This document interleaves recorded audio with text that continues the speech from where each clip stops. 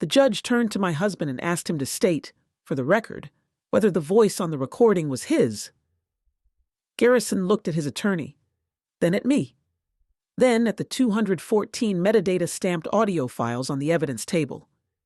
His mouth opened twice before any sound came out, and when it did, it was 5 words I'd waited 19 months to hear.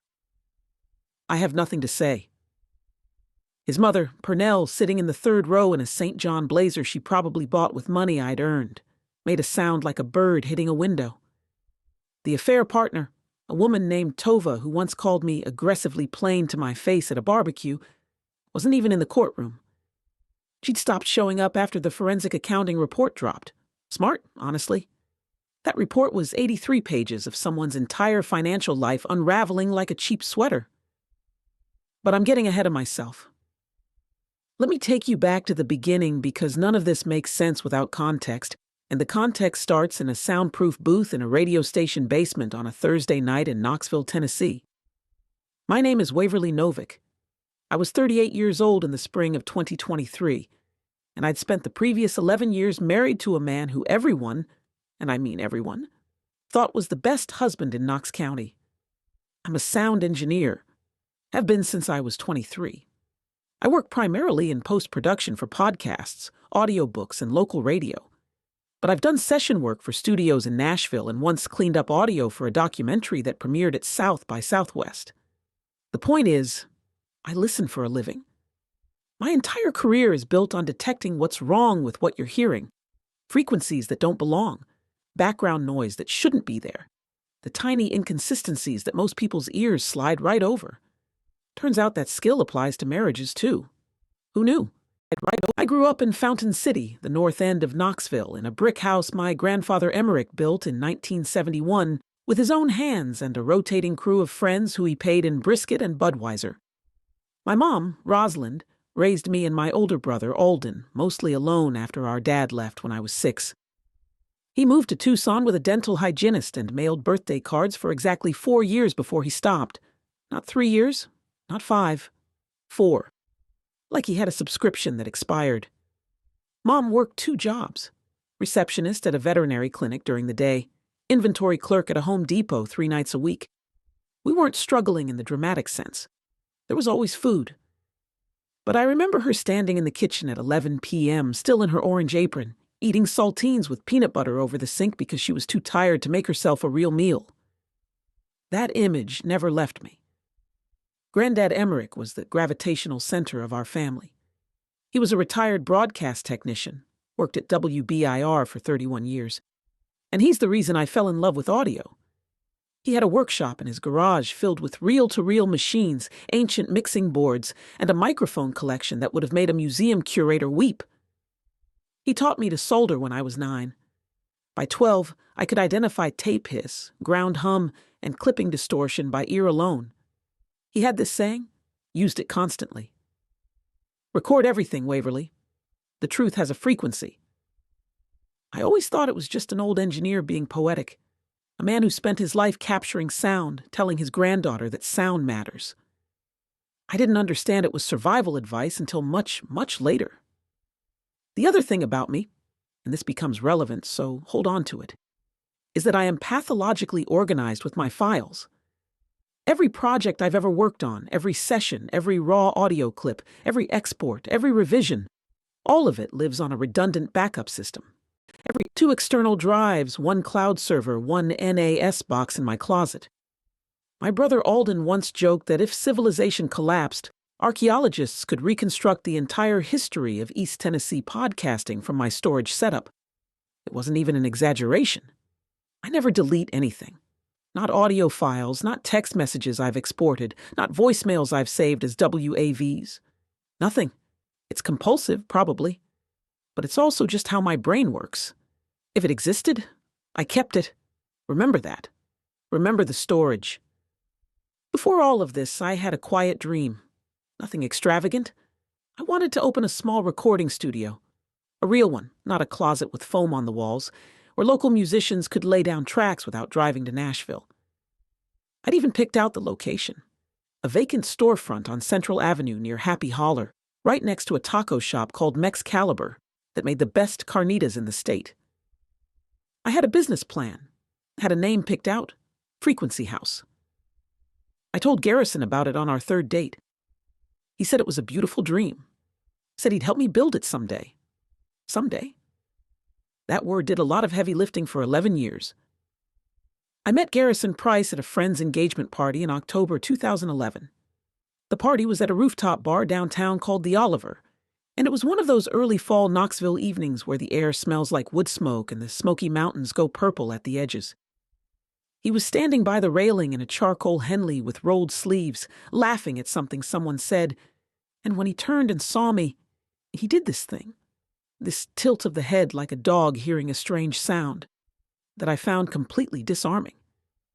Garrison was a commercial real estate broker, successful, confident without being loud about it, or so I thought. He had this voice, warm, unhurried like a late-night radio host, and a way of asking questions that made you feel like your answers actually mattered. On our first date, he asked me to explain the difference between analog and digital warmth in audio, and then he listened, for 20 minutes, without checking his phone. There's one detail from that night I should mention, though, because I've replayed it 1,000 times since. At one point, he got a call, looked at the screen, silenced it, and said, "Nobody important." But his jaw tightened, just for a half second. And then the charm came back like a light switching on. I noticed it, filed it away. And then I let it go because he was handsome and attentive and I was 27 and tired of dating men who thought sound engineering was a cute hobby. The red flags didn't just exist. They had a marching band. But the good years, and they were good, or at least they felt good, had real texture. Garrison cooked Sunday breakfasts, not cereal and toast breakfasts, full productions. Eggs Benedict with homemade hollandaise, thick-cut bacon from a butcher on Kingston Pike, French press coffee so strong it could restart a dead car battery. We'd eat on the back porch of our house in Farragut, a 4-bedroom colonial he'd found through his firm, and listen to vinyl records on a portable turntable I'd restored. Fleetwood Mac, Sade, Bill Withers. We had a private joke about a terrible movie we'd seen on our fourth date, a low-budget thriller called Blood Meridian 2, The Reckoning that had nothing to do with Cormac McCarthy and everything to do with a man in a rubber mask chasing people through a mall. For years, whenever something went wrong, burned dinner, flat tire, bad news, one of us would say, "At least it's not Blood Meridian 2, and we'd laugh. We had a daughter, Ellery, in 2015, and a son, Wynn, in 2018. And somewhere between those two births, the marriage started developing a frequency I couldn't quite identify. A low hum, background noise. The kind of thing most people wouldn't notice, but I did because noticing is literally what I do. The phone went face down. No, not always. Just enough. It started during a dinner at Nama, a sushi place on Gay Street in the spring of 2019. We were splitting a spider roll and talking about Ellery's preschool, and his phone buzzed on the table. He glanced at it, flipped it over, and kept talking. But his rhythm changed. His sentences got shorter. He started asking me questions, not because he was interested, but because he was deflecting, filling space so I wouldn't fill it with questions of my own. Then came the passwords. His laptop, which had been open to me for 8 years, suddenly required a fingerprint. "Work stuff," he said. "New compliance thing. IT made everyone do it." And the generosity. In June 2019, he came home with a $1,200 Le Creuset cookware set, just randomly, a Tuesday. No occasion. I remember standing in the kitchen holding a Dutch oven the color of arterial blood, thinking, who are you apologizing to? Because it wasn't my birthday, and Garrison Pryce did not spend $1,200 on a whim. The fracture happened on a Saturday morning in September 2019. Ellery was 4. Wynn was 1. I was in the kitchen making oatmeal, the real kind, steel cut with brown sugar and sliced bananas. And Garrison was on the back porch, supposedly on a work call. But the porch door was open 6 inches and I could hear his voice. Not the words, the tone. Soft, playful. That warm, unhurried radio host cadence. The same voice he'd used on me at the Oliver 8 years earlier. I stood there with a wooden spoon in my hand, oatmeal bubbling on the stove, my 1-year-old banging a sippy cup on his high chair tray. And I felt something shift in my chest. Not anger, not sadness, recognition. The sound of a frequency that didn't belong. And that was just the beginning. The disrespect started small enough to make me question whether I was inventing it. At a neighborhood block party that October, someone asked what I did for work. Before I could answer, Garrison jumped in. "She plays with microphones." He said it with a smile. Everyone laughed. I laughed too, which is the part that still makes me sick. He glanced at me to check if I'd reacted, and when I hadn't, when I just swallowed it, something in his eyes settled, like he'd run a test and gotten the result he wanted. 2 weeks later, he told me I should probably stop buying the expensive Greek yogurt, the phage. $6.49 a tub. "We're tightening up," he said, standing in the kitchen in a Patagonia vest that cost $280. Meanwhile, I'd just seen a charge on the shared credit card for $340 at a restaurant in West Knoxville I'd never heard of. When I asked about it, he said it was a client dinner. "You wouldn't understand the business side," he added. "It's not like mixing a podcast." I started noticing the way he used that phrase. You wouldn't understand. Like a gate he could close whenever I got too close to something. The replacement evidence came in pieces. A strand of auburn hair on his suit jacket in January 2020. The scent of a perfume I didn't own, something floral and aggressive like gardenias soaked in vodka. And then, one night, a text notification that flashed on his Apple Watch while he was giving Wynn a bath. "Miss you already," with a red heart emoji. He caught me looking and said, "That's my sister." Garrison's sister, Nadette, lived in Asheville and communicated exclusively through Facebook Messenger and passive-aggressive comments about my cooking. She had never, in 8 years, sent a text message with a heart emoji to anyone, including her own children. But I didn't push it, because I was still operating under the theory that if I was calm enough, patient enough, understanding enough, the marriage could be saved.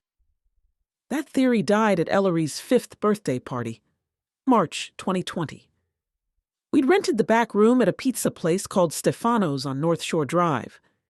14 kids, 8 parents, 3 large pepperoni pizzas, and 1 cake shaped like a unicorn.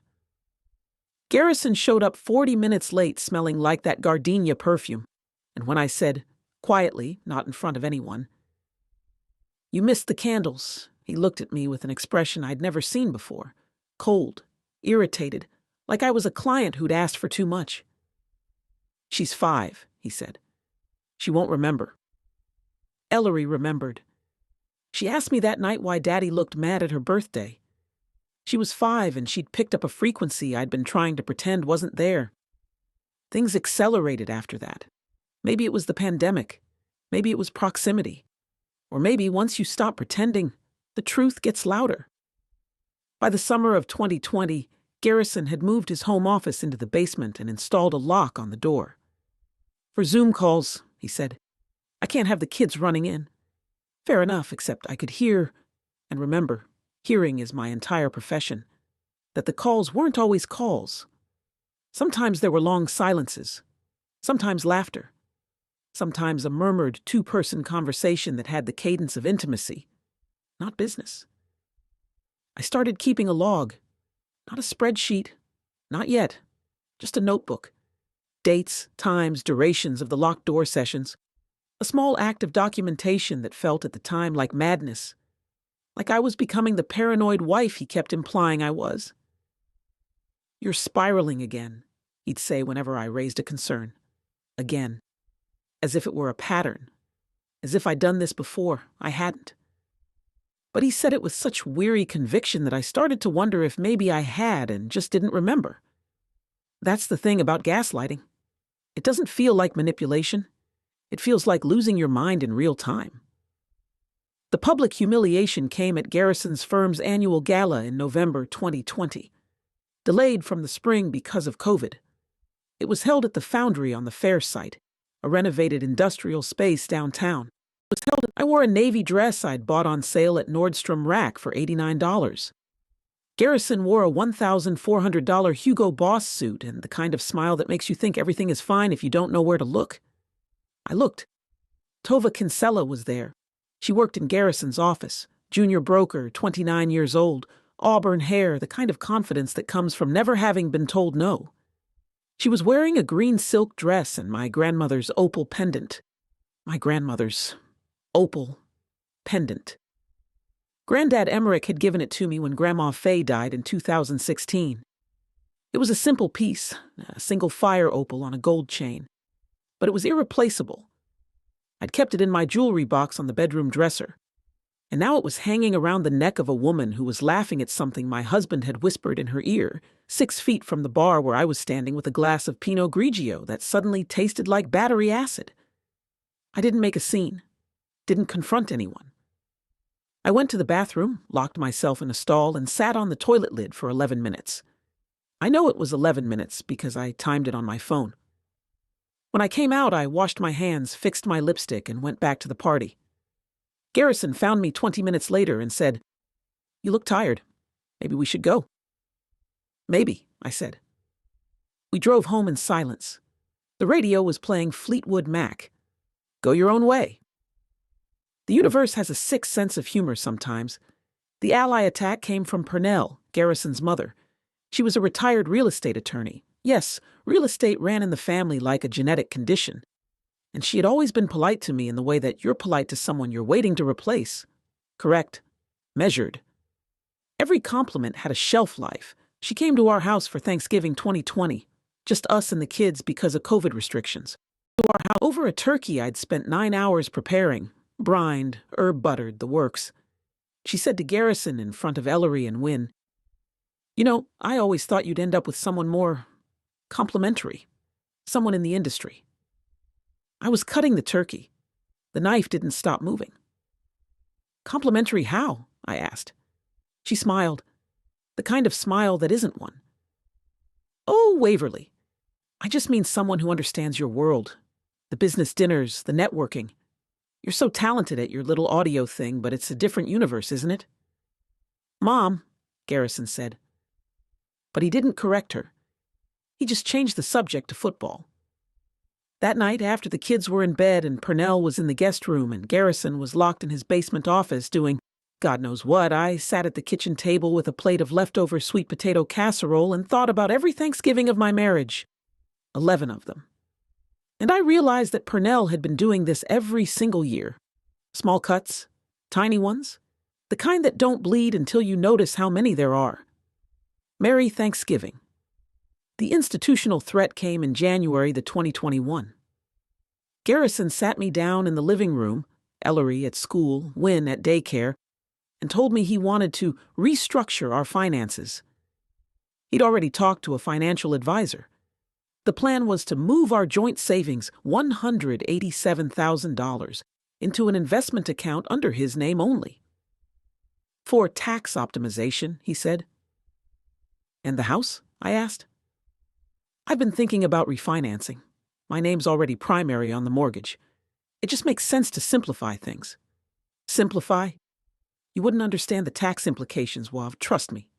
There it was again. You wouldn't understand. The gate closing. I didn't sign anything.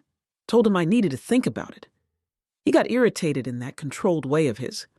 The jaw tightening, the voice dropping half an octave.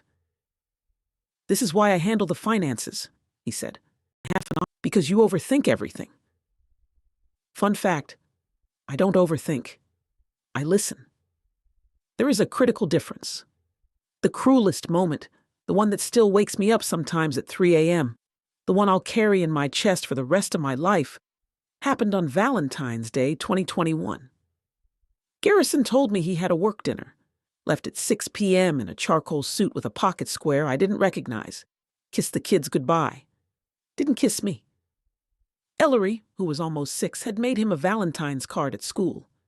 Red construction paper, glitter glue, crooked letters. "I love you, Daddy. You are my favorite." She'd left it on the kitchen counter for him to find. He walked right past it. At 9 p.m., I got a text from a number I didn't recognize. No name, just a photo. Garrison and Tova at a candlelit table, wine glasses raised, her left hand resting on his forearm. She was wearing my opal pendant again, and on her ring finger, a ring. Not mine. Something new. A thin gold band with a small diamond. Underneath the photo, 4 words. Happy Valentine's Day, wifey. Tova had sent it to me, on purpose. I sat on the kitchen floor for a long time. Ellery's card was still on the counter, glitter catching the overhead light. The house was quiet except for the refrigerator humming and Wynn's sleep machine playing ocean sounds through the baby monitor. There was no explosion, no screaming, no throwing things. I just got up, walked to my closet, powered on my NAS box, and started a new folder. I named it Frequency, and then I got to work. What Garrison didn't know, what nobody knew, was that I'd already found the first piece of evidence 5 months earlier. Not the perfume, not the text, not even the opal pendant, though God knows that one burned. It was something smaller, something only a sound engineer would catch. In August 2020, Garrison had asked me to edit a voicemail greeting for his work phone. Simple job, 30 seconds. Edit a voice. But when he sent me the raw audio file, there was room noise embedded in the recording, background ambiance that his phone mic had picked up. And in that ambiance, layered under his voice, was another voice. Female, saying something I couldn't make out at normal playback. So I isolated it, pulled it into my DAW, digital audio workstation for the civilians, applied a high-pass filter, boosted the mid-range frequencies, and cleaned up the noise floor. The voice said, "Tell her you're working late, she always believes it." I played it 4 times. Then I saved it to 3 separate backup locations and went to bed. That was the beginning. Grandad Emmerich's voice in my head as clear as his old Neumann microphone. Record everything, Waverly. The truth has a frequency. So, I recorded everything. The NAS box in my closet became the nerve center of an operation I ran for 19 months. I cataloged every suspicious phone call I could hear through doors and walls, not by recording them illegally, but by documenting dates, times, durations, and the fragments I could hear from shared spaces in our own home. Tennessee is a one-party consent state for recordings, and I was always a party to conversations in my own kitchen, my own living room, my own car. I started exporting our phone bill data. Garrison had given me access to the Verizon account years ago and never revoked it. Over the course of 2020 and 2021, I compiled a call log showing 2,847 calls and texts between his number and one other number, Tova's, an average of 4.2 contacts per day. On Christmas Day 2020, there were 11. My professional weapon wasn't just audio, though. It was metadata. Every digital file carries metadata. Creation date, modification date, GPS coordinates, device information. When Garrison started sending me financial documents to review, PDFs of investment proposals, tax summaries, mortgage refinance paperwork, I didn't just read them. I opened their metadata, and I found that several of the documents had been created not by our financial advisor, but by Garrison himself, on his personal laptop at 2 a.m. He was fabricating financial documents to justify moving our assets into his name. Let me say that again. He was forging paperwork to steal from his own family. I brought everything to a lawyer named Callista Vane, a family law attorney in West Knoxville who my brother Alden's wife had used for an unrelated custody matter. Callista was 54, had silver hair cut sharp at the jaw, and spoke with the kind of calm precision that made you feel like the entire legal system was a machine she knew how to operate with her eyes closed. In our first meeting, she looked at my evidence, the audio analysis, the metadata reports, the call logs, the financial fabrication, and said, "Mrs. Novick, you may be the most prepared client I've ever had." "I never delete anything," I said. "That's about to be the most expensive habit your husband ever ignored." Callista connected me with a forensic accountant named Ira Whitfield, who spent 6 weeks excavating Garrison's financial life. What he found was staggering. Garrison had opened 4 accounts I didn't know about: a brokerage account with $214,000, a savings account with $73,500, a checking account that received monthly deposits from a rental property I didn't know we owned, a duplex in South Knoxville that Garrison had purchased in 2019, using equity from our home without my knowledge or consent. He'd also been paying Tova's rent, $1,850 a month for 22 months.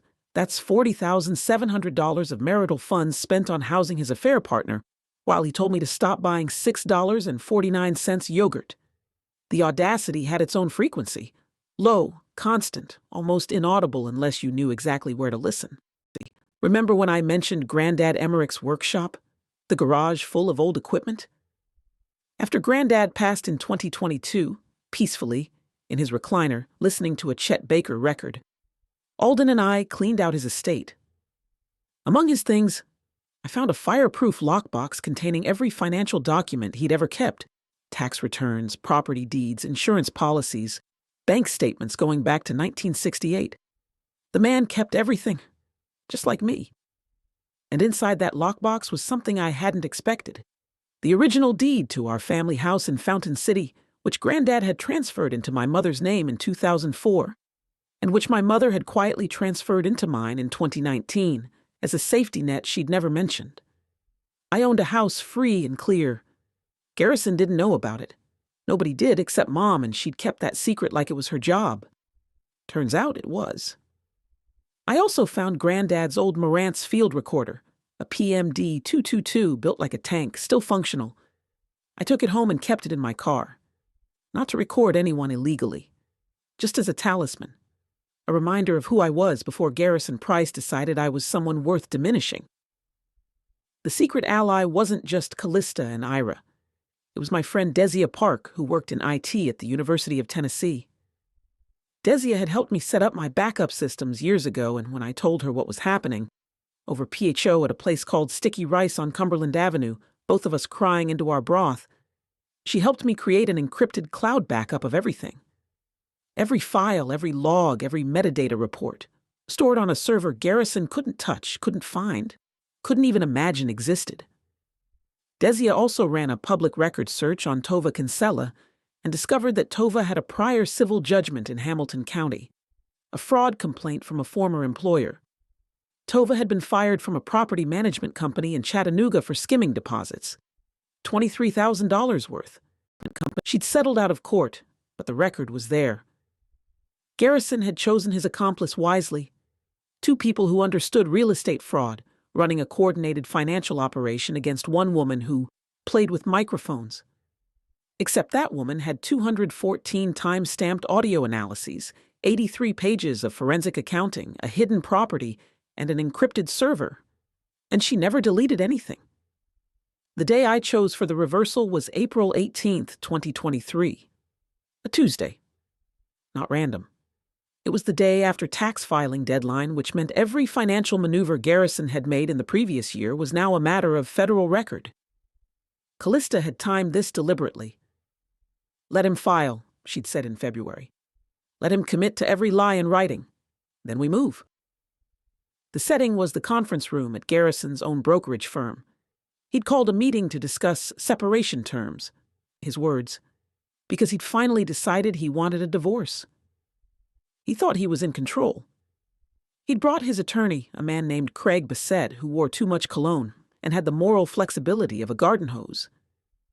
Purnell was there too, because of course she was, sitting in a leather chair with her legs crossed and her lips pressed into a line of quiet triumph.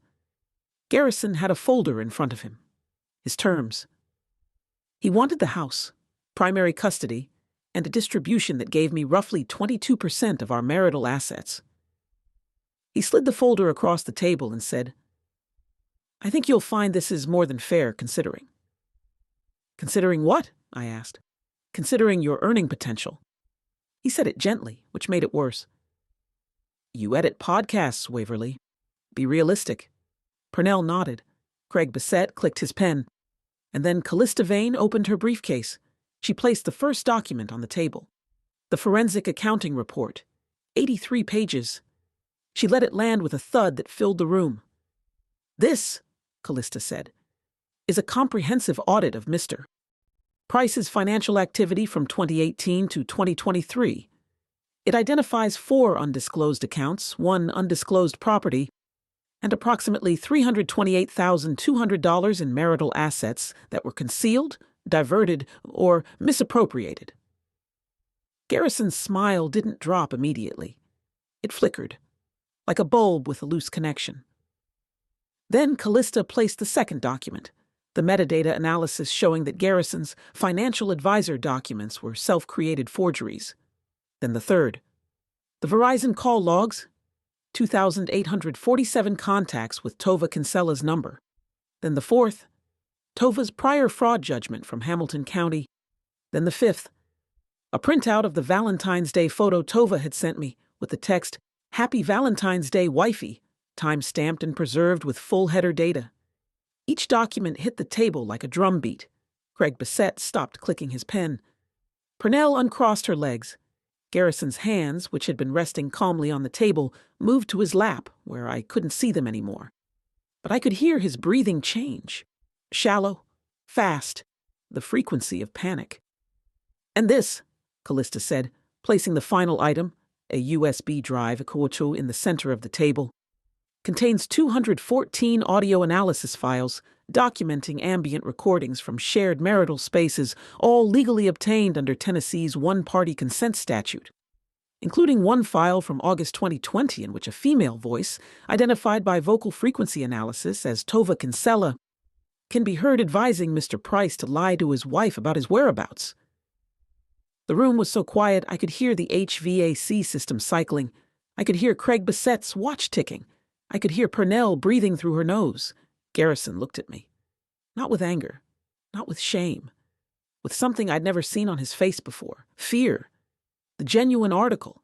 The look of a man who just realized the woman he'd spent years underestimating had been the most dangerous person in the room the entire time. "You wouldn't understand," I said quietly. Then I stood up, collected my bag, and walked out. 5 words. That's all I gave him. The same gate he'd been closing on me for years, and I turned the lock from the other side. Within 2 weeks, Garrison's attorney withdrew from the case. Craig Bissett apparently didn't enjoy representing clients who'd committed financial fraud and then lied about it to their own legal counsel. Within a month, the court appointed a guardian ad litem for Ellery and Wynn, and the custody evaluation went spectacularly badly for Garrison when the evaluator reviewed his pattern of absence, deception, and financial manipulation. Within 6 weeks, Garrison's brokerage firm launched an internal investigation after the forensic report raised questions about whether the undisclosed duplex had been purchased using firm resources or client introductions inappropriately. He was placed on administrative leave. By July, he was terminated. Tova Kinsella, upon learning that her prior fraud judgment was now part of a divorce proceeding and potentially discoverable by future employers, packed up her apartment and moved back to Chattanooga. She did not, as far as I know, take the opal pendant with her. Callista's paralegal recovered it during the asset documentation process. I got it back in a manila envelope, held it under the kitchen light, and watched the fire inside the stone. It looked exactly like it always had. Purnell called me once in August from a number I didn't recognize. I almost didn't answer, but something told me to. "Waverly," she said. Her voice was smaller than I'd ever heard it. "I want you to know that I wasn't aware of everything." "I know," I said. And I meant it. She probably hadn't known about the forged documents or the hidden accounts. She'd just known her son was leaving his wife for someone she considered more suitable, and she'd been fine with it, which was its own kind of crime, the kind no court can touch. "Is there anything I can do?" she asked. "I know you can be a good grandmother," I said. "That's what your grandchildren need." She was quiet for a long time. Then she said, "All right," and hung up. Garrison's final attempt came in October 2023. A text message, 11:47 p.m. "I know I don't deserve it, but can we talk? I miss our family." I stared at it for a while. Thought about all the locked doors, the silenced phones, the face-down screens, the $6.49 yogurt, the birthday card covered in glitter that he'd walked right past. The 11 years of a voice I'd loved slowly becoming a sound I couldn't trust. I typed back, "The kids are available Saturdays per the custody agreement. Good night, Garrison." Then I turned off my phone and went to sleep. The divorce was finalized in December 2023. I received 61% of the marital assets, $446,000 after the hidden accounts, the duplex equity, and the repayment of diverted funds were factored in. I got primary custody of Ellery and Wynn. Garrison got every other weekend visitation and a reputation in Knox County real estate circles that would take years to rebuild, if it could be rebuilt at all. In January 2024, I signed a lease on a storefront on Central Avenue in Happy Holler, right next to Excalibur, which still makes the best carnitas in the state. The build-out took 4 months. Grandad Emmerich's Marantz recorder sits on a shelf above the mixing console, next to a framed photo of him at WBIR in 1979, grinning in front of a broadcast console the size of a small car. Frequency House opened on May 4, 2024. Ellery cut the ribbon. Wynn tried to eat the ribbon. A local bluegrass band recorded their first EP in my studio that same week, and when I sat behind the console and listened to the playback, the banjo ringing clean, the fiddle warm, every frequency exactly where it should be, I thought about Granddad's words. Record everything, Waverly. The truth has a frequency. He was right, it does. And once you learn to hear it, you can never unhear it. You can never go back to pretending the noise isn't there. Last Tuesday morning, I sat on the front steps of my studio with a cup of coffee from Old City Java. Black, no sugar, same as Granddad drank it, and watched the sun come up over Knoxville. The mountains were that early morning blue, the kind that makes the whole world look like it's still deciding what it wants to be. Ellery's backpack was by the door, covered in stickers. Wynn's rain boots were drying on the mat. The opal pendant was around my neck, the fire inside it catching the morning light. And for the first time in a very long time, the only frequency I could hear was quiet. Just the coffee cooling, the birds, the distant hum of a city waking up, and my own breathing. Steady, clear, and mine.